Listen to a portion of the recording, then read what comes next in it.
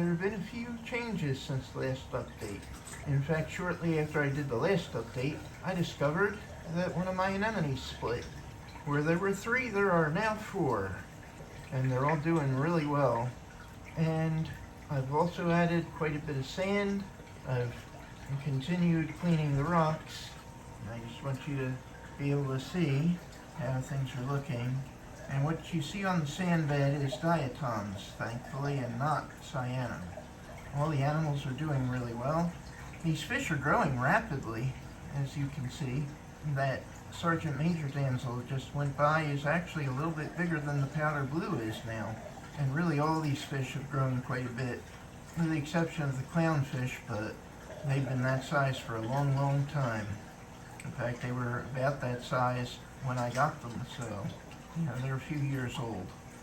And then I also ran into an issue with my ozone generator. Thankfully, the issue wasn't the generator itself, although I did buy a backup. But it turned out that my air pump had gone bad in one of its outlets, so I fixed that. I put it on the other outlet, and then I had ozone again. So thankfully, as you can see, the water's still nice and clear, and everything's doing pretty good. You can see the corals are looking up. They're getting a little better each day. During the period when I had dinoflagellates, it did a lot of damage to these colonies of green star polyps in particular. And to a degree, the mushrooms too. A lot of them ended up dying off. But they've since come back, and these guys are just doing incredibly well. And one other thing I'm doing in order to bring the nitrates down is I'm carbon dosing. What I'm doing is I'm adding about 2 tablespoons in the morning of distilled white vinegar and 2 tablespoons at night. And in fact, I'm going to start adding in the middle of the day, I'm going to add another tablespoon.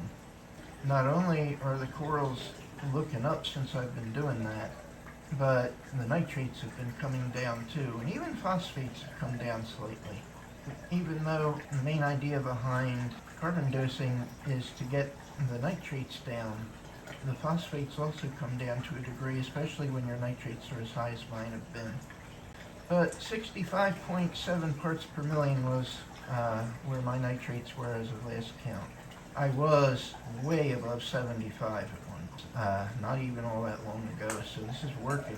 It's working fairly slowly, which is what I want.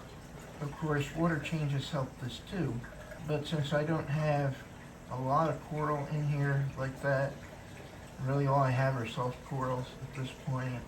As a result, I really don't need to do a lot of water changes, at least not until my calcium alkalinity and everything start getting really low in my trace elements.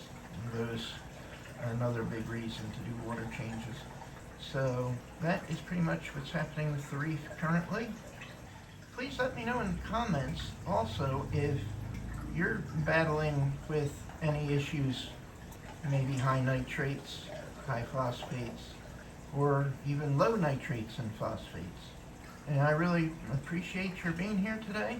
Remember, reef smarter, not harder, and always get the best bang for the buck. That's the Budget Reefer way. Thank you, and I'll see you in the next video.